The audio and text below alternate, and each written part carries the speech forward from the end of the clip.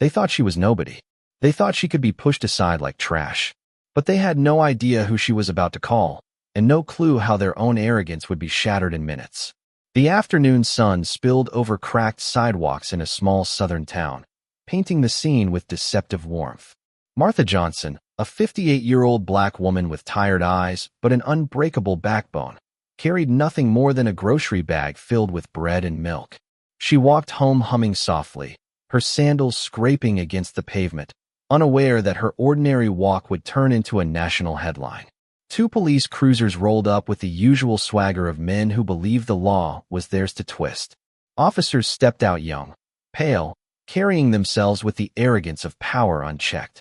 Their eyes scanned her not as a neighbor, not as a citizen, but as a problem. "Ma'am, stop right there," one barked, though there was no reason.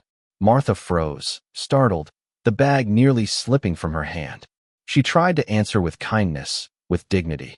"Is there something wrong, officer?"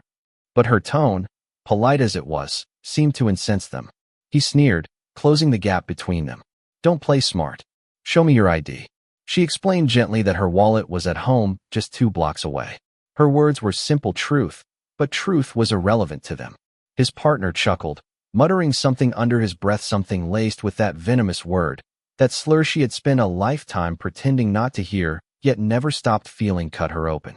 The laughter, the tone, the way their bodies squared against hers, it all told her what was about to happen. The shove came fast, cruel, and utterly unnecessary. Her back hit the ground hard. The groceries scattered, a carton of milk bleeding white across the gray concrete, soaking into her blouse. The bread rolled into the gutter. The officers didn't help her up. They laughed, one shaking his head like she was some kind of joke. Around them, a few pedestrians slowed, phones half raised, fear wrestling with hesitation. For Martha, time warped. She lay there, air knocked from her lungs, her palms burning against the asphalt, her pride stinging worse than her bruised ribs. She could hear echoes of her past, her mother's voice warning her to always stay small, stay invisible, survive. But Martha had learned something else too. There were moments when silence was betrayal. Slowly, trembling, she pushed herself upright. The officers, expecting tears or compliance, got something else instead. Martha's hand reached for her phone. She dialed one number. Her voice steadied though her body still shook. "Son," she said softly, "they've done it again."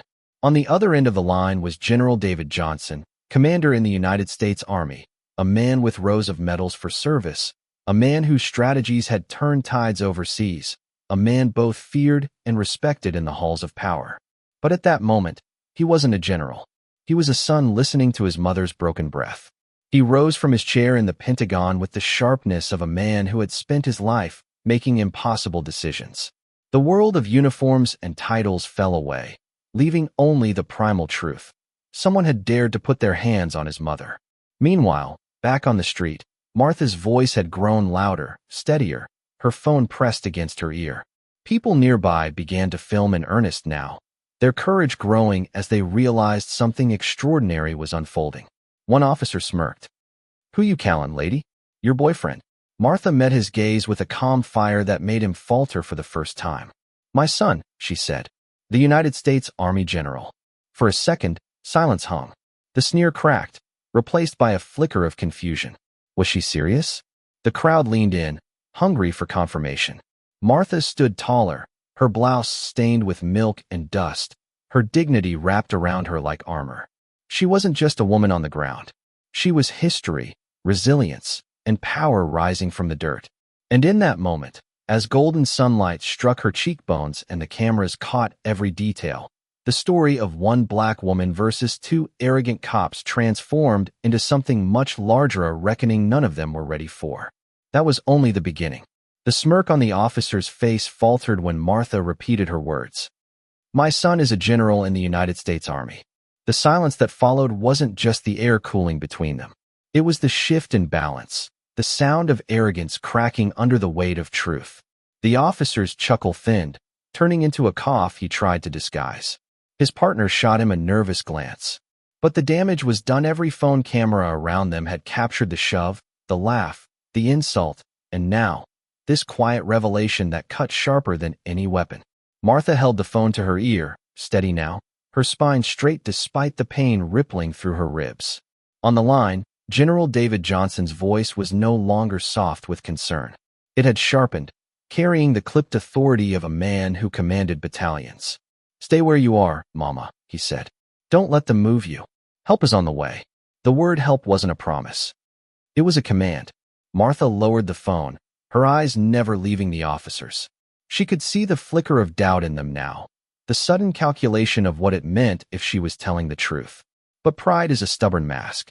The taller officer sneered again, though his voice cracked slightly. "Lady, you think anybody's gonna believe you?"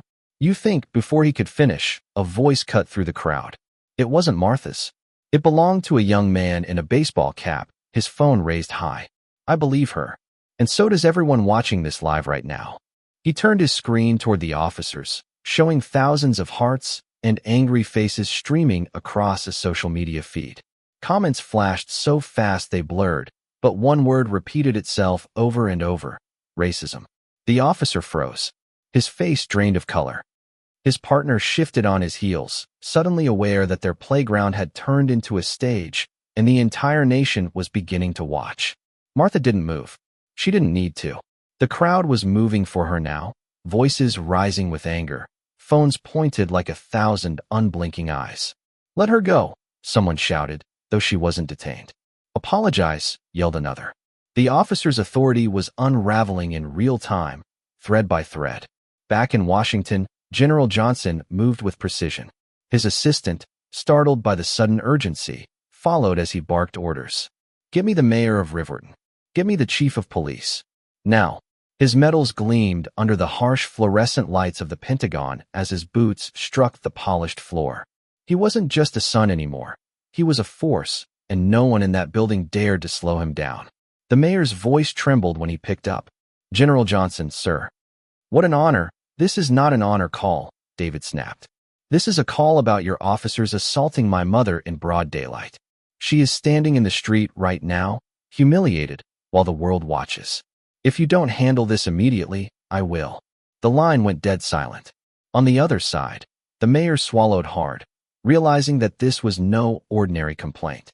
This was fire aimed directly at his office, and he was already burning. Meanwhile, on the street, Martha remained a pillar. Her knees ached, her palms throbbed, but her dignity never wavered. The golden sunlight bathed her in a glow that made her look almost untouchable, as if justice itself had bent down to light her path. The officers shifted uneasily, glancing at each other, at the crowd, at the milk seeping into the gutter like spilled truth they could never gather back. "Ma'am," the younger one finally muttered, his tone half apology, half fear. But Martha didn't let him finish. "No," she said, her voice strong now, echoing off brick walls and camera lenses. "Don't speak to me. You've said enough." The crowd roared with approval, their cheers rolling like thunder through the street. Phones shook as people shouted her name. Some knew her, some didn't, but all felt the power of what she represented. She wasn't just a woman who had been shoved. She was every woman, every mother, every victim who had been told to stay quiet. And she was done staying quiet. Suddenly, the wail of sirens cut through the air. But these weren't ordinary cruisers. Black SUVs rolled in, sleek and commanding, doors flying open with precision. Military police stepped out, their uniforms crisp, their expressions unreadable. The crowd gasped, stepping back instinctively. The officers who had shoved Martha stiffened, their bravado collapsing into panic. From the lead vehicle stepped a man the crowd recognized instantly from news broadcasts and magazine covers: General David Johnson himself. His frame was tall, broad, his uniform lined with medals that glinted like a constellation across his chest. But his eyes, sharp and burning, were fixed only on one person: his mother. He crossed the distance quickly, gently taking her arm, lifting her from where she stood. His hands were soft despite the power they carried. "Mama," he said quietly, for her ears alone. She nodded once, her pride a silent shield. Then he turned, and the quiet sun vanished. The general stood in his place. His voice carried like a blade. "Which one of you put your hands on my mother?" The crowd fell into stunned silence. The two officers froze, caught in the crushing grip of their own cowardice. Cameras zoomed in, hearts pounding, waiting. One stammered, "Sir, it It was a misunderstanding. No. David cut him off, his tone lethal. It was not a misunderstanding. It was racism. It was abuse of power. And it stops now. The words hung heavy in the golden light. The crowd erupted, cheers shaking the street like an earthquake. But David wasn't finished. He stepped closer to the officers, his presence towering over them. You thought she was nobody. You thought she was powerless. But that's the lie racism tells you. Every time you think you can shove us down, we rise higher. And today, the whole world will see it. The officers had no reply. Their badges suddenly felt like shackles, their guns like dead weight. For the first time in their careers, they realized what it meant to be powerless. Martha stood beside her son, shoulders square, her face lit with both pain and triumph. She didn't need to speak. Her existence, her endurance, her refusal to bow had spoken louder than anything she could say. And though the afternoon was far from over, though consequences were still to come, in that golden moment, she knew something had already shifted forever. The two officers stood frozen, as if their boots had sunk into the asphalt. They couldn't meet the general's eyes. Around them, the crowd had grown louder, phones raised higher, voices mixing anger with awe. It wasn't every day they saw a man in full decorated uniform stride into their small town, flanked by military police, standing tall beside the woman they had just humiliated. The taller officer opened his mouth again, his arrogance clinging to life like a cornered rat. Sir, with respect, we respect. David's voice cut through him like steel. You shoved my mother into the dirt and laughed. You called her names you wouldn't dare utter to anyone else. Don't you dare use the word respect in my presence. The crowd roared in approval. Someone shouted, Tell it, General. Another voice followed. Justice for Martha. The chant began to spread, dozens of voices weaving together into something bigger than anger. It was unity, the kind that couldn't be shoved down. Martha's chest rose and fell as she stood steady, the sunlight washing over her like a crown. She whispered, not to anyone but herself, It's happening. She had prayed for years that the cruelty people endured in silence would someday be dragged into the light. And here it was, her own pain cracking the wall wide open. David turned to the military police beside him. Take their weapons. Take their badges. The officers flinched, stammering protests, but the order was followed swiftly. Guns and badges were removed, their belts suddenly light. Their hands twitched as if reaching for authority that no longer belonged to them. The humiliation was sharp, public, and irreversible. One of them muttered under his breath, This is madness. No, Martha said clearly, her voice carrying across the street. This is justice. The words rippled through the crowd, silencing even the boldest heckler. Dozens of phones caught the moment, the sunlight glinting on her skin, her blouse still stained with milk and dust, but her dignity shining brighter than anything. David leaned closer to his mother. Mama, are you hurt? Her lips trembled, but she shook her head. Bruised, not broken. Then, with a small smile, You taught me that. For a moment, the general softened, the commander replaced by the boy who once carried his mother's groceries home, who once cried when she patched his scraped knees. He blinked, steadying himself, then looked back at the officers. You will answer for this, he said. Not just here, not just today, but in a court of law, and in the court of public opinion. And trust Mebeth are already watching. The crowd's chant swelled again. Justice, justice, justice. Inside the mayor's office, chaos erupted. Staff rushed in and out with phones pressed to their ears, reporters already demanding statements. The mayor himself sat pale, a bead of sweat sliding down his temple as he watched the live stream on his computer. The image of his city was unraveling faster than he could blink, and there was no spin strong enough to patch it. We need to call the chief, one aide stammered. No, the mayor muttered, shaking his head. We need to call the governor. But it was too late. The story wasn't theirs anymore. It belonged to Martha, to her son, and to the crowd that had become the jury of the entire nation. Back on the street, Martha lifted her chin, her voice breaking through the noise.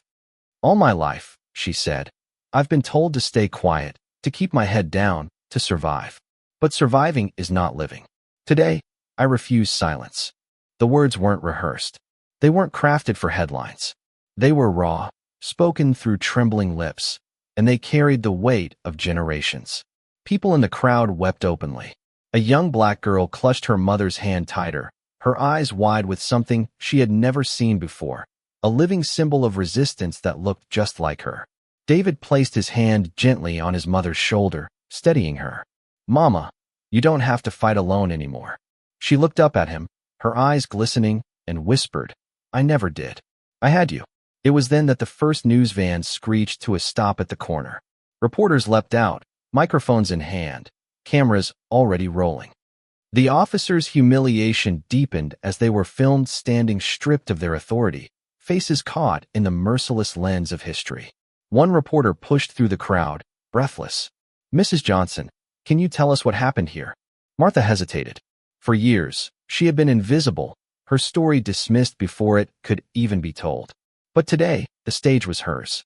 She straightened her shoulders, ignoring the ache in her ribs, and faced the microphone.